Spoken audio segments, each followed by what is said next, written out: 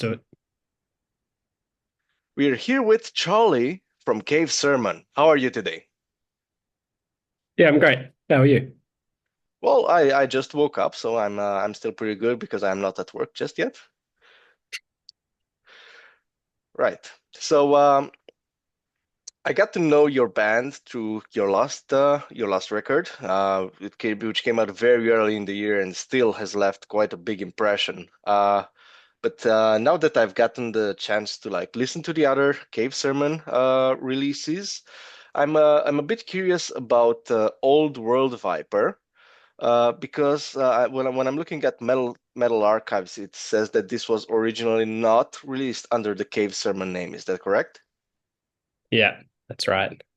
It was that was actually what the band or the band was originally called. It was called Old World Viper. I think I originally wanted to call it Old World Monkey. Okay. Um, but then I changed it to Viper because I thought Old World Monkey sounded like a bit of a bit of a joke name because it Yeah. sounds, I don't know, Return to it sounds Monkey. kind of funny. Yeah, yeah. But yeah, so that was what the band was called, and I put that album out just as like a with no title. So I think Bandcamp might have like defaulted it to the band name. Hmm. Um, but then I changed the name to Cave Sermon. The band Actually, name. can't remember when I yeah the band name. I can't actually remember when I changed it. I think it might have been just before the EP came out, or maybe even with the EP. Uh, So yeah, that was the deal there. I think Old World Viper is like a when I went on the it might have even come from like a random Wikipedia page generator. You know how like Wikipedia has that button that you can press that just generates a random page and yeah, it's like they separate vipers into like old world and new world Hmm. categories and say with monkeys. Um and that's how that happened. But then I changed it to Cave Sermon, which was probably a mistake looking back at it because of how close it is to Crypt Sermon. But I don't know, I just wasn't really thinking at the time. But I don't know. I guess I have to stick with it. Well, you can always change it back. Yeah. Yeah, I don't mind Old World Viper. We'll see. I All can't right. remember why I changed it originally. Maybe it was too many syllables for me. Is Australia considered Old World or New World? Um, I think you could that's a complicated question. I'd say definitely old world. Um, Well, then it's fitting. yeah, Otherwise, I yeah, would have to ask you to change it to New World Viper. yes. No, yeah, Australia is without a doubt old world. Um, uh, I guess white Australia is new. Um, but yeah, like Australia's been here for ages, so we'll call it old world. All right. So where did the name Cave Sermon? How did you come up with the name Cave Sermon? Uh, Actually, I do remember why I called it Cave Sermon now. Because it was during the lockdown and I felt like I was like living in a bit of a cave in the bedroom in my old apartment at the time. It just had like one window up the top. Um, so maybe I had something like cave music or something in my mind, and I was like, how can I make it more like a band name? And I think that's where Cave Sermon came from. I think also that EP that I put out at that time had like a weird kind of magical religious kind of vibe to it. Like a lot, I think feel like a lot of the song names from that EP were a little bit like religious sounding. Um, so yeah, it kind of fit with that release, and I guess that's what we're going with now. Mhm. How did you feel about Divine Laughter's reception? Uh, it was it was pretty surprising. Um, Surprising because by the time I put it out, I'd like spent years with it. And most of that time was like not really doing a whole lot with it. Really just like turning on my laptop every day, opening up the files, like tweaking a little thing here and there. Um, that like in the long run wouldn't have really made much difference. And then so I spent ages like mixing and mastering it. And I probably too long. Like I think I got to the point where I was like properly happy with it, maybe like, I don't know, a year and a half after I recorded it. But then I released it maybe like 3 years after I recorded it. Um, and I think you just get to like the point where you need to stop um, fiddling with little EQ knobs and stuff here and there. What I mean to say is like by the time I put it out, uh, I was like not very happy with how it sounded. Just like the mix and the master and stuff like that. So I sort of thought I'd put it out and then everyone would be like, "Oh, you can't even tell what the songs sound like because the mix is so like unbearable." Um, but people didn't really seem to mind the mixing and the production and stuff like that. So that was sort of what I was surprised at. Uh, in terms of the rest of the reception, um, yeah, definitely uh, ended up being a bit bigger than I expected. Well, Um, obviously, because we reviewed it. yeah, uh, yeah. I don't really know. I don't really know. I guess that's the thing.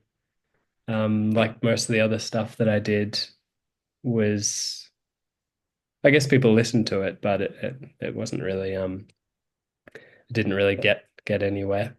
Uh, this one, all I really have to sort of go off is what people say in reviews and stuff like that, and mostly positive. Although I feel like most of the time, if it's like a new band that no one's heard of, it's like and they go to review it, it's going to be positive. I think it's probably more the next album that I release now that this one's sort of gone pretty well. That Yeah, maybe the negative now there's reviews a will, standard to live up to. yeah, yeah.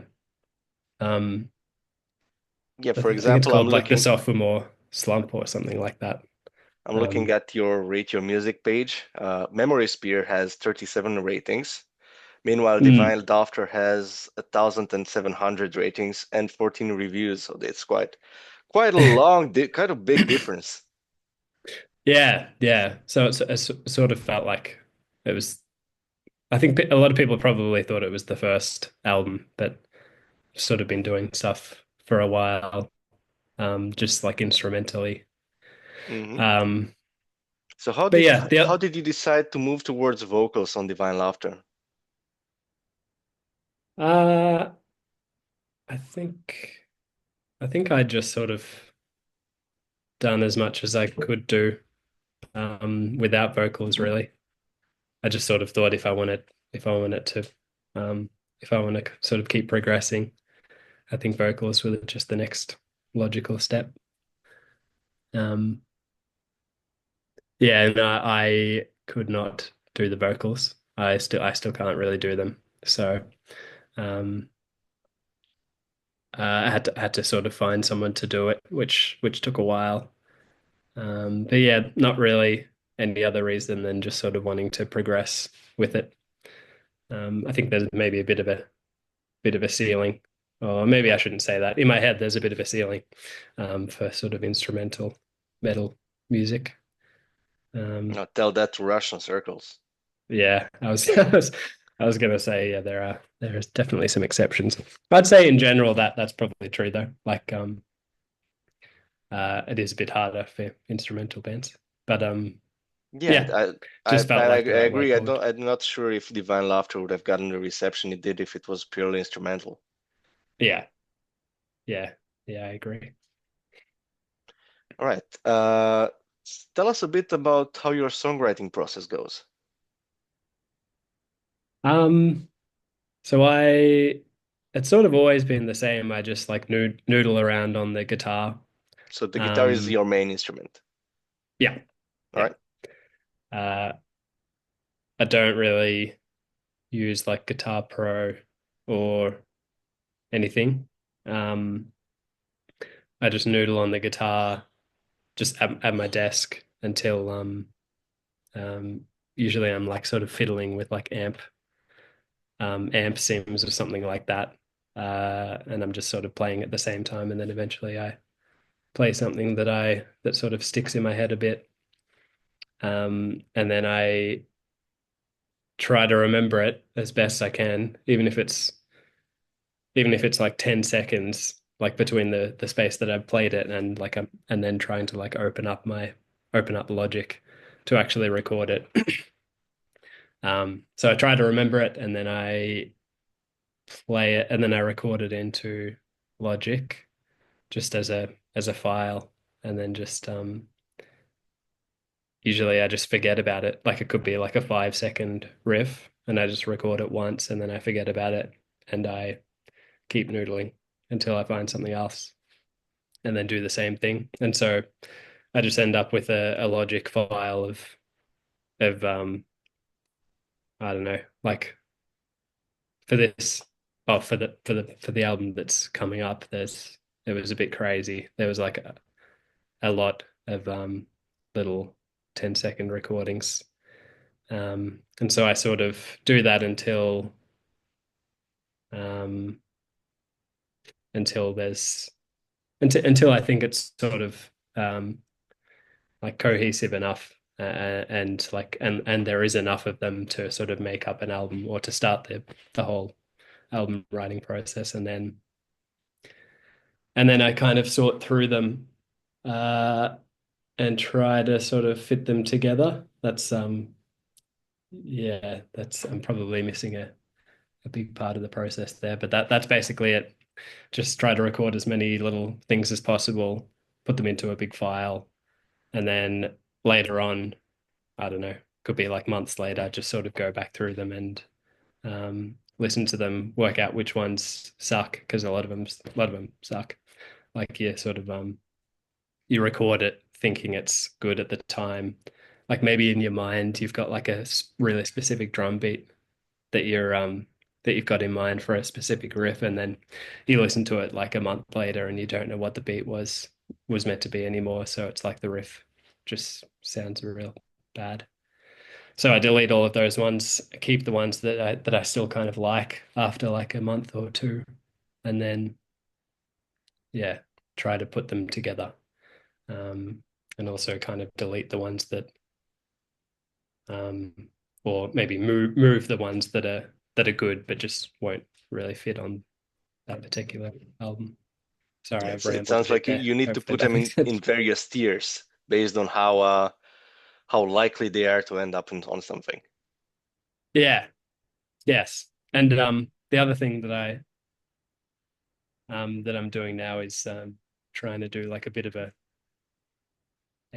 like a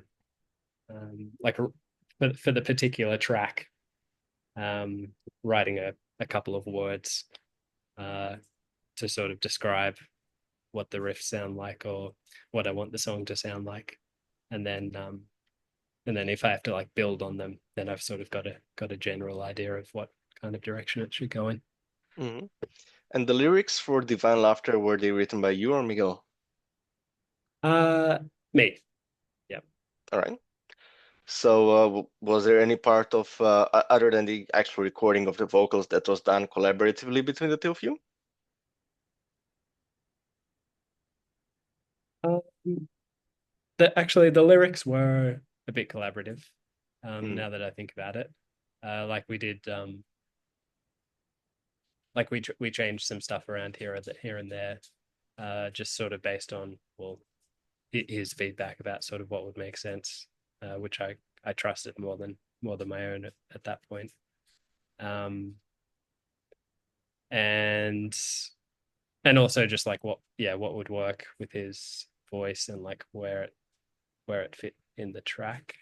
Because the songs are kind of long, as well, and I didn't really like the lyrics that I sent to him probably were not would not really make up an 8 minute song.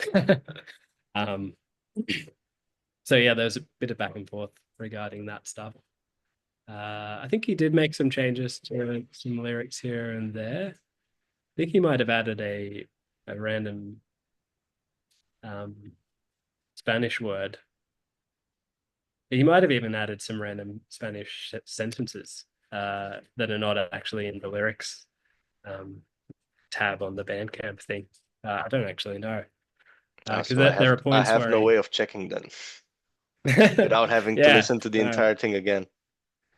that's true. I am not, yeah, I'm not quite sure either. But there are sort of points where it deviates from if you were to just follow it line by line Mm. um, on the lyrics sheet. But yeah, I guess the most of the lyrics were done by me just over a couple of weekends. All right. And I've searched, but I haven't found any other interview with yours truly.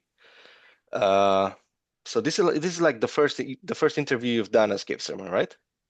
Yes, yeah. Well, first video interview. All right. Um, Then I did I do get to. one. Yep, Sorry, go ahead. I did one with machine music. Oh Uh, yeah, yeah, yeah. I know Machine Music. yeah, yeah. Really good It's a really publication. cool. Yeah, yeah. It's amazing. Um, some of those interviews that he's done are really really cool. Mm. So yeah, I did a little one with him um, just after it came out. Yeah. All right. So But this is the first like sort of one that's felt like a proper interview. yeah, for your profile, the band's profile on Metalstorm, we still don't have a band picture because you only have you don't have a logo, you don't have you don't have like a band picture posted on Bandcamp. It's Yeah. just like the cover art of Divine Laughter.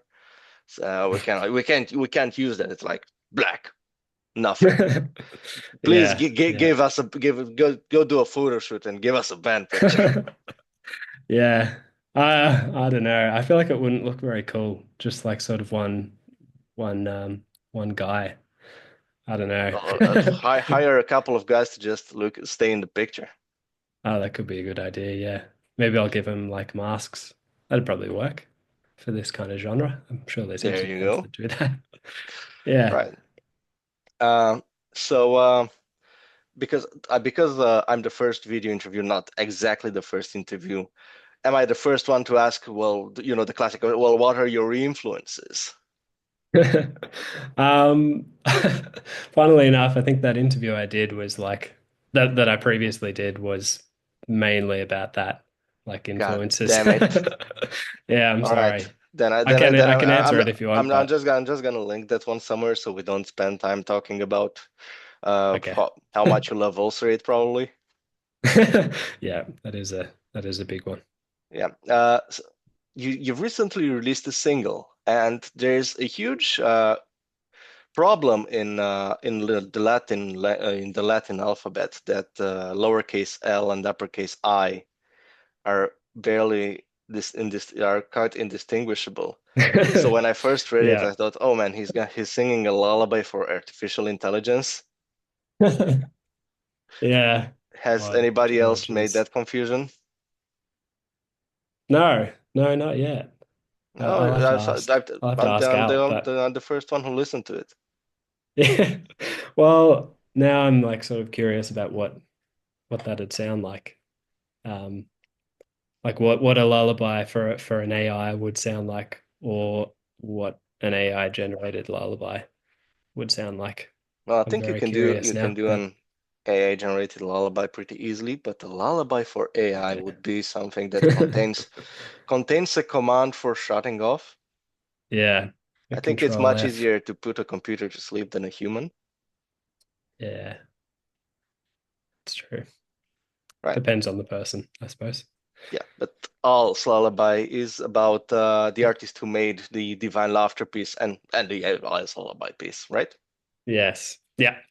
Yeah, it is. And Um, that's my partner Al. I was So I think we were sometimes we listen to some like sort of calming music when we're Hmm. trying to go to sleep. Um, like that where they like put the hertz, the Hmm. number of hertz on the like 432 hertz deep healing music or something like that. Um, and I was sort of like, oh, I could probably do you one of these that's as good. I actually don't think it's as good in retrospect, but at the time I thought I could do one that she could just put on loop. Because it was, I don't know, it'd be kind of fun. It'd be kind of fun to do that. And um so I ended up doing it, and then it turned into something like that was not really the same. Like I think at the end it's got like some percussion little elements and which don't really work that well for Yeah, trying to it go to really sleep. needed a breakdown. Oh, yeah. All No right. more no more breakdowns. No, I'm just joking. I don't mind a Mm. breakdown. Yeah, I checked her website, and the original piece is named Bear Witness, Yeah. Yep. and it sells for 1,400 Australian dollars. Sadly, I Yep. cannot afford it, but I want to ask if the name Bear Witness has any connection to the music on Divine Laughter. No, it doesn't. It was I guess she called it that when she painted it, which I'm actually not sure which year that was. What year was that you painted that? Oh, she doesn't know either. No, but it's not related. Um 4 years ago 4 years ago. that All she right, painted it. Yeah. we'll note it down. All right. Well, that's quite a comforting thought to know that you two are partners. That's very cute. Yeah. Yeah. All right. Well, the final question now is, well, you're from Melbourne, which is like Yep. the second best city in Australia. I I'd say one or two. I'm not gonna disagree with All that. right. I'd say it's one or two. I do like Hobart, which is in Tasmania. Mm, But actually I think Melbourne's my number one. all Hobart's right. number two. How's the local scene in Melbourne? Because I know like the entire Australia scene, which is like probably centered around the area with Melbourne, Adelaide, Brisbane, and Sydney. Probably not so much in Perth and Darwin and Alice Springs. So I haven't checked like okay which bands are from where. Uh, how's the local scene specifically in Melbourne? Um, I will admit I'm not really part of the scene. Like I Yeah, don't know just many stay at people. home. Yeah. Um, pretty much. So I can sort of answer the question. I think it's good in Melbourne. Like I think Melbourne's probably where this kind of genre of metal or kind of like I don't know how to describe it, but um, similar genres of metal. I think this is probably where most of those kind of bands are from. Um, I don't know. Melbourne's always been pretty big with music and art and stuff like that in Australia. Um, there are some really good bands and like projects and solo artists from Melbourne. Hmm. Like I'm gonna say Convulsing. Do you know Convulsing? Yeah. Brendan Sloan's. Yeah, I'm he's from. this is just specifically what I was searching for. But it Oh says yeah, he's from Adelaide, so you yeah. lost I that think one. I feel like he was from He's no wait. I reckon he was from Sydney, and then maybe he moved to Adelaide, and now he's in Melbourne. Um, So it's a so migration of. yeah, he's from Melbourne. And I'm a huge fan of his stuff. Alters. like a death metal band from Melbourne. Hmm. Um, Yeah, who else is I there? review them as well. Yeah. Um, And Radio Music says they're from Adelaide. oh really? I reckon maybe they've followed a similar kind of thing. I think maybe they've migrated. Um, Also a band called Diploid, which is kind of a grindy hardcore band, I suppose. They're from Melbourne. I feel like they've been around for ages. Uh, and they sort of keep putting out really good albums. Um, there's a band called Class Trader from Melbourne, which is kind of like a very dark, sludgy metal band. Um, yeah, there actually is a pretty good scene in Melbourne, but I just don't really participate. Yeah. I I will kind of maybe make an effort at some point, although I keep saying that to myself and I don't do it, but yeah. Right. I will have to stop this interview early because the fire alarm just started in the dorm room, Okay. Is that your washing? which is Is the your funniest washing way on that an fire? interview can end, honestly. Oh no. Yeah, you better check that. Also check your washing. Of course. Well, Yeah. thank you. Do you have anything else left to add? Um, no, not really. Just wanted to say thanks for the chat. It was fun. Cheers.